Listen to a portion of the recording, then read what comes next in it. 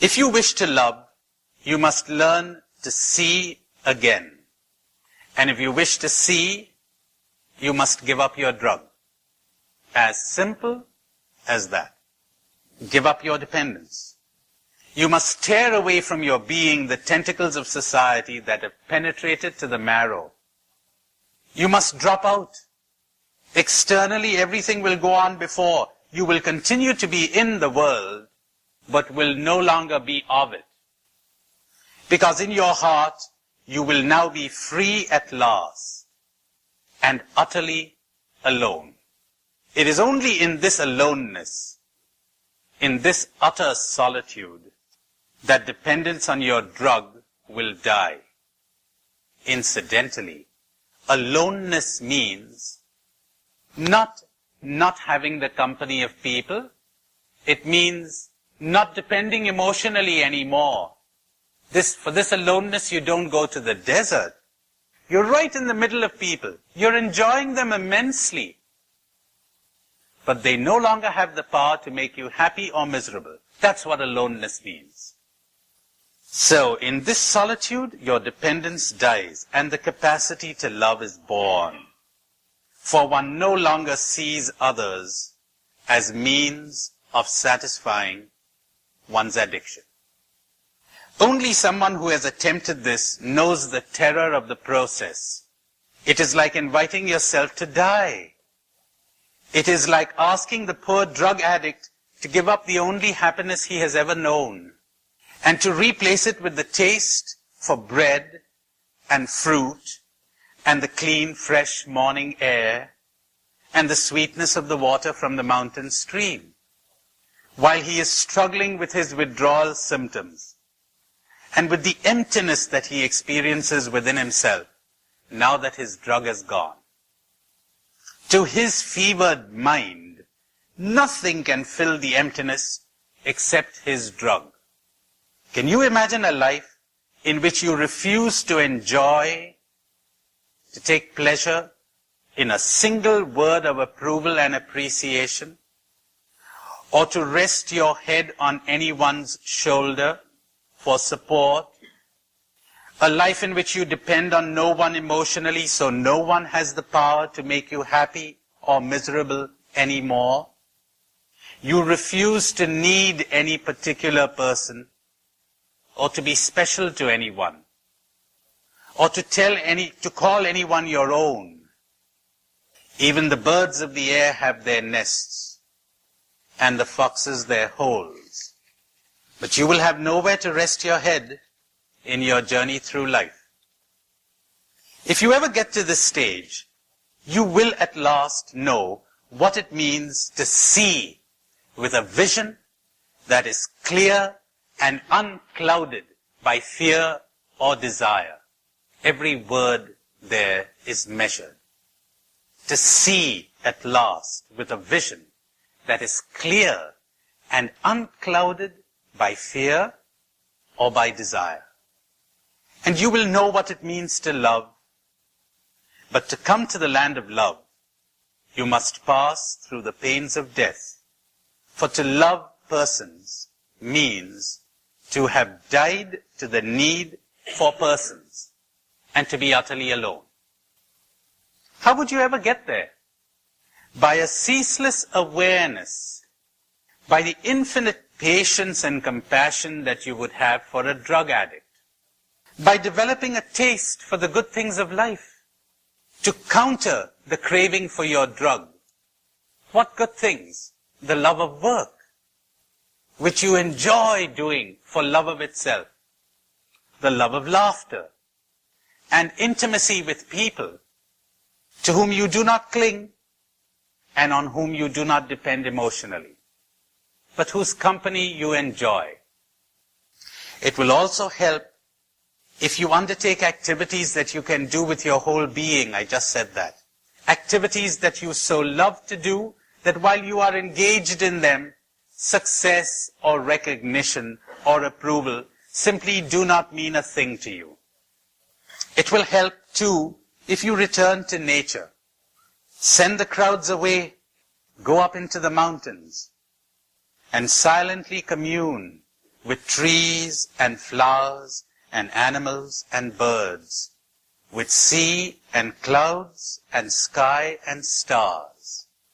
Remember I told you yesterday what a spiritual exercise it is to gaze at things, to be aware of things around you. Hopefully, the word will drop, the concept will drop, and you will see. And you will make contact with reality. That is the cure for loneliness. Generally, we seek to cure our loneliness through emotional dependence on people and through gregariousness and noise. That is no cure. Get back to things. Get back to nature. Go up into the mountains. Then you will know that your heart has brought you into the vast desert of solitude. There is no one there at your side. Absolutely no one. At first, this will seem unbearable, but it is only because you are unaccustomed to aloneness. But if you manage to stay there for a while, the desert will suddenly blossom into love. Your heart will burst into song, and it will be springtime forever. It really will. The drug is out. You're free. Then you will understand, my dears, what freedom is, what love is, what happiness is, what reality is, what truth is, what God is. You will see. You will know. Beyond those concepts, beyond your conditioning, beyond your addictions and your attachments. Does that make sense? Let me end this with a lovely story. There was a guy who invented the art of making fire. So he took these tools with him and went to a tribe up in the north where it is very cold, bitterly cold. And he taught the people how to make fire. The people were interested. And he showed them the uses to which you could put fire to. You could cook, you could keep yourself warm, etc. My, they were so grateful. They learnt the art of making fire, but before they could express their gratitude to the man, he disappeared. He wasn't concerned about getting their recognition or their gratitude. He was concerned about their well-being. And he went to another tribe, where again he began to show them the value of his invention. And people were interested there too, a bit too interested for the peace of mind of their priests, who began to notice that this man was drawing the crowds, and they were losing their popularity. So they decided to make away with him, which they did. They poisoned him. They got rid of him. They stoned him. They crucified him. Put it any way you like. But they were afraid now that the people might turn against them. So they were very wily. You know what they did? They had a portrait made of the man. And they mounted it upon the main altar in the temple. And those instruments for making fire were placed there in front of the portrait. And people were taught to revere the portrait and to pay reverence to those instruments of fire, which they dutifully did for centuries. The veneration and the worship went on, but there was no fire. Where's the fire? Where's the love? Where's the drug uprooted from your system? Where's the freedom? This is what spirituality, this is what religion is all about. Tragically, we tend to lose sight of it, don't we? This is what Jesus Christ is all about. But then we overemphasized the Lord, Lord, didn't we? Where's the fire? And if worship isn't leading to the fire, if adoration isn't leading to love, if the liturgy isn't leading to clearer perception of reality, if God isn't leading to life, of what use is it? Except to create more divisions, more fanaticism, more antagonisms, etc. And so awareness. It is not from lack of religion in the ordinary sense of the word that the world is suffering, and you know that. It is from lack of love, lack of awareness.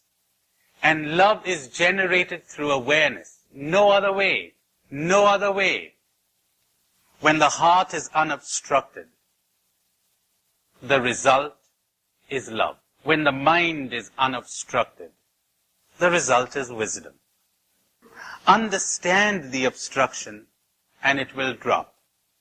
Understand the obstacles you are putting to the way of love and freedom and happiness, and they will drop.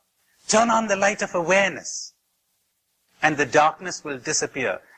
Happiness is not something you acquire. Love is not something that you produce.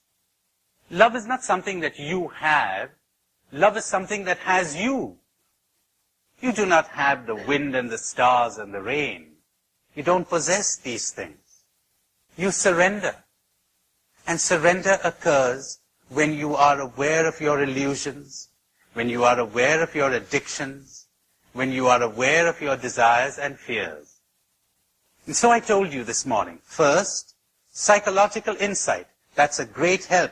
Not, as I will tell you at the end of this lecture, not analysis. Analysis is paralysis. And I'll explain that to you. Insight isn't necessarily analysis. One of your great American therapists put it very well. He said it is the aha experience.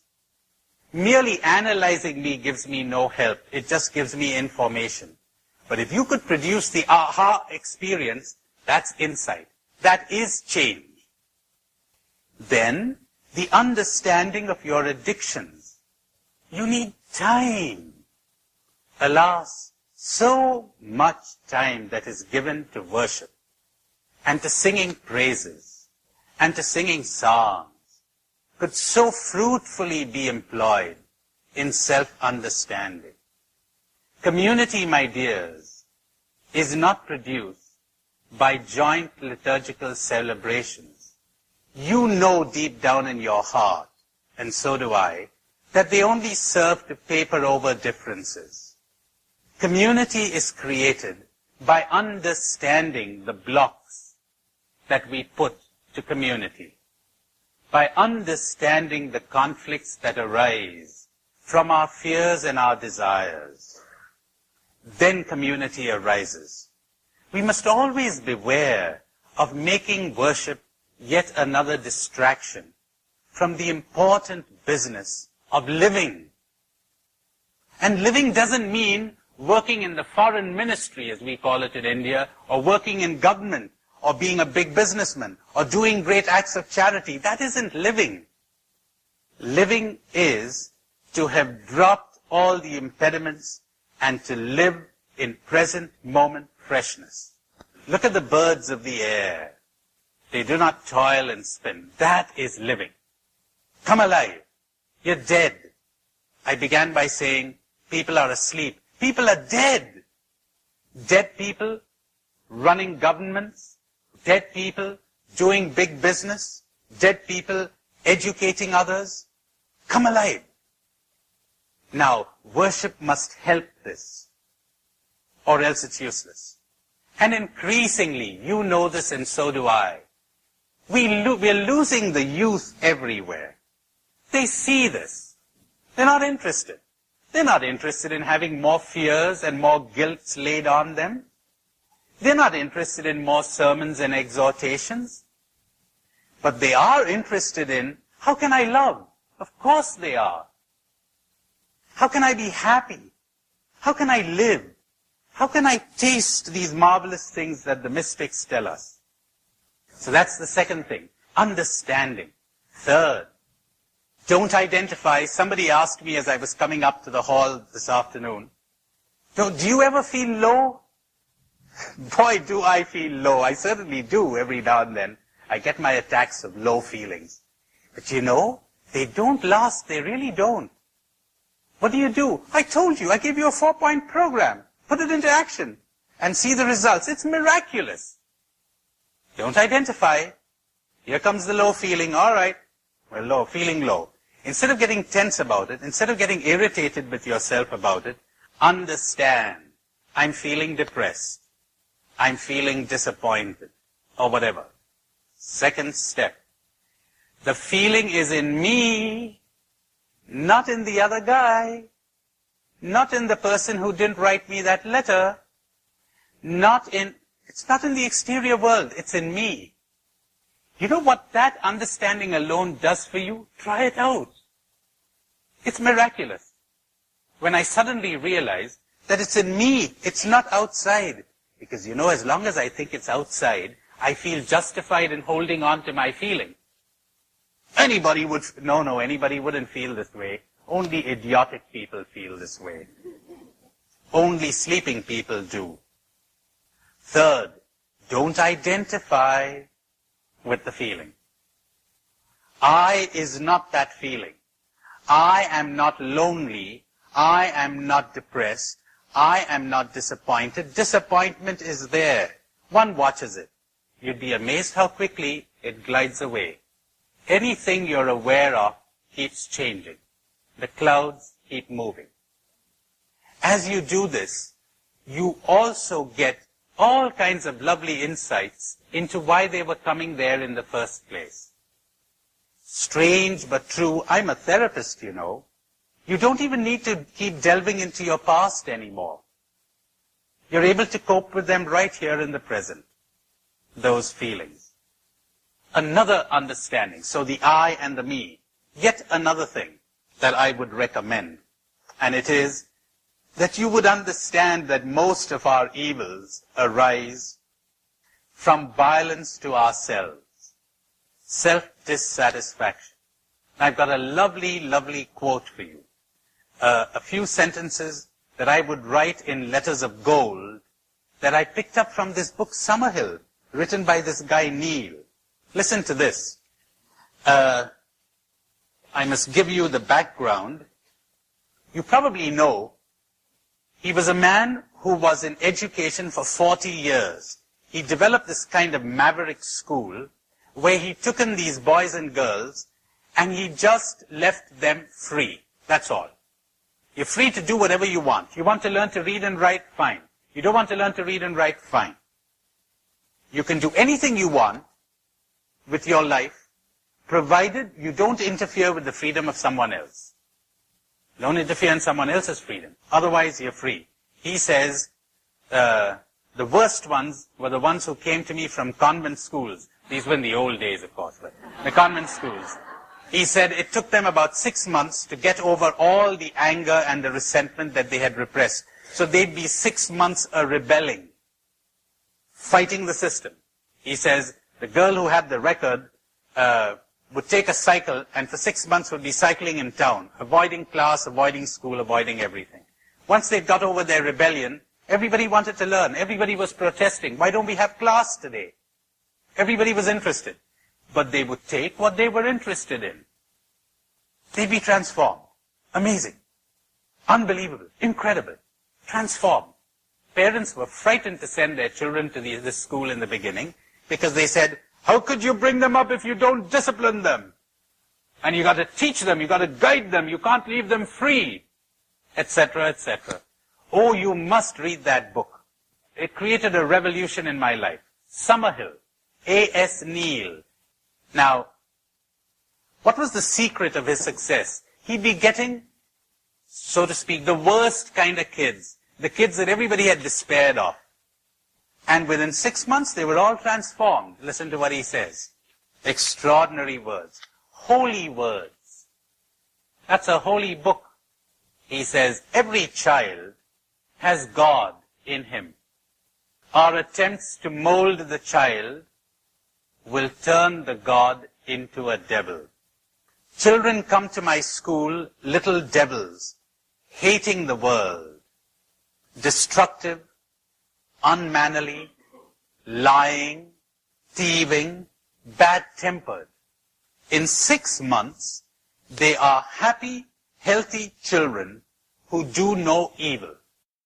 These are amazing words coming from a man who has this school of his in Britain that is regularly inspected by people coming from the Ministry of Education and by any headmaster or headmistress or anyone who cared to go there.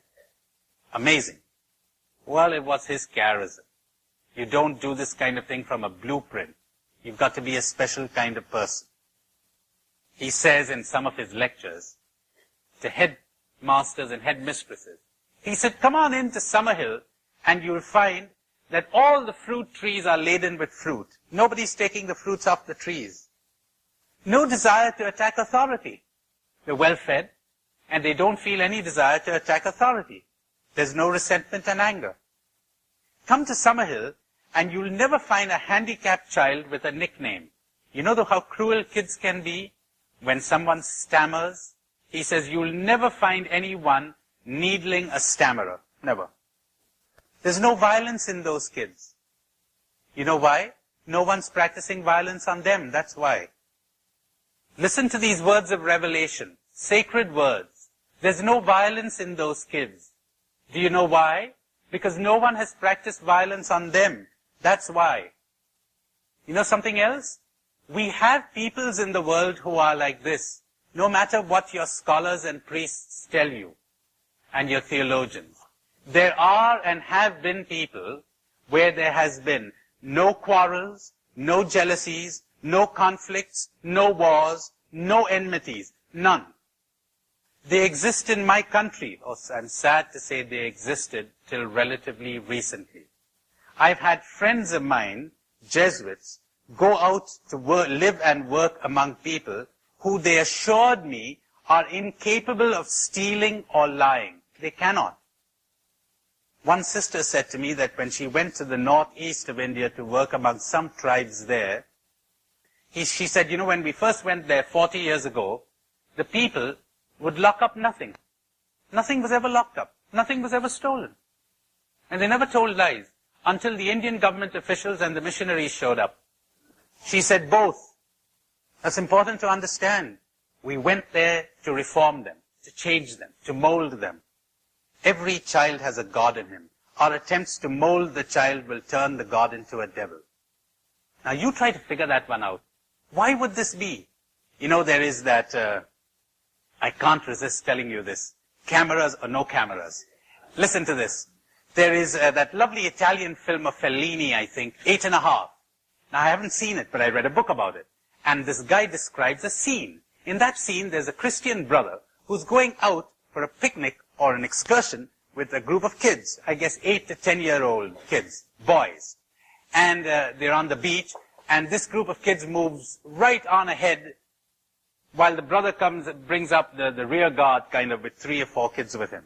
Now these boys go on ahead, and they come across an old woman who's a whore. And they say to her, hi, and she says, hi. And they say, who are you? And she says, I'm a prostitute. They don't know what that is, but they pretend they do. And then they ask one of the guys who seems a bit more knowing than the others. He says a prostitute is a woman who does certain things if you pay her. They say, would she do those things if we paid her? He said, yeah, why not? So they make a little collection, it seems, and they give her the money, and they say, would you do certain things now that we've given you the money? She says, yeah, sure, kids, what do you want me to do? Now, the only thing that occurs to the kids is, take your clothes off. So she does. Well, hey, look at that. Never seen it before. Now they want to, they don't know what else to do. They say, would you dance? She said, sure.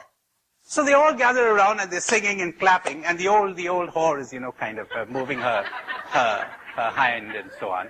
And they're enjoying themselves immensely. Now the brother sees that.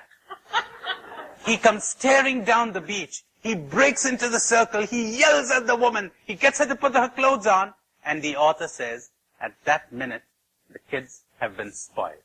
Till then, they were innocent and beautiful. You know the story of the American missioners who went to the South Sea Islands with their wives, Protestant missioners? They were horrified to see these women coming bare-breasted to church. And they insisted with their husbands that the women should be more decently dressed. So then they gave them shirts to wear. To put shirts on. I guess so they could give their own hang-ups to the natives. Well, next Sunday, the women showed up with their shirts and 2 big holes cut out for comfort. Ah, yeah. For greater comfort, you understand. Ventilation, it's like, yes. They were all right. It's the missioners who were all wrong. They were all right. You read that book, Papillon? Papillon? All right. You know, I wouldn't have believed a word of what that man was saying if I hadn't read studies in certain tribes. Not all tribes, unfortunately. Lots of tribes are very cruel and very inhuman. But you do run into places. Saw that movie, The Gods Must Be Crazy? That's what I'm talking about. That's what I'm talking about. Something like that. But what about progress, they say to me. To which I reply, progress? What are you talking about? You're talking about jumbo jets and putting people in space and Star Wars? You call that progress? Progress is love progress, idiot. Heart progress, idiot. That's what progress is. Did you forget that? Are we more loving? That's progress. Do you know where wars come from? They come from self-conflict. We're projecting outside of us the conflict that is inside. Show me an individual in whom there is no inner self-conflict, and I'll show you an individual in whom there is no violence. There'll be effective action. There'll be hard action. There is no hatred. There's only understanding. When he or she acts, they act as the surgeon acts. When he or she acts, they act as a loving teacher acts with mentally retarded people or children or whatever. You don't blame them. You understand, but you swing into action. But when you swing into action with your own hatreds and your own violence, well, you've compounded the error. You're trying to put fire out with more fire. You're trying to deal with a flood by adding water to it. So that's one more thing you must understand. The root of the evil within you. As you begin to understand this, you stop making demands on yourself. You stop having expectations of yourself. You stop pushing yourself. And you understand. There's one last thing I have to say, and it is this. Connected with change through awareness. The last thing is what I insinuated in that meditation that I read to you, and it is this. Nourish yourself on wholesome food. Good, wholesome food. And I'm not talking about physical food. I'm talking about sunsets, about nature, about a good movie, about a good book, about enjoyable work, about good company. And hopefully you will break your addiction to those other feelings. Just think, what kind of feeling comes upon you when you're in touch with nature? Or when you're absorbed in your work that you love? Or when you're really conversing with someone whose company you enjoy in openness and intimacy without clinging? What kind of feelings do you have? Compare those feelings with the feelings that come when you win an argument, or you won a race, or you become popular, or everybody's applauding you. A different type of feelings. Those feelings I call worldly feelings. The other feelings I call soul feelings. Lots of people gain the world and lose their soul. Lots of people live empty, soulless lives because they're feeding themselves on popularity, on appreciation, on praise, on I'm okay, you're okay, on look at me, attend to me, support me, value me, on being the boss, on having power, on winning the race. You feed yourself on that, you're dead. You've lost your soul. Feed yourself on other, more nourishing material. Then you'll see the transformation.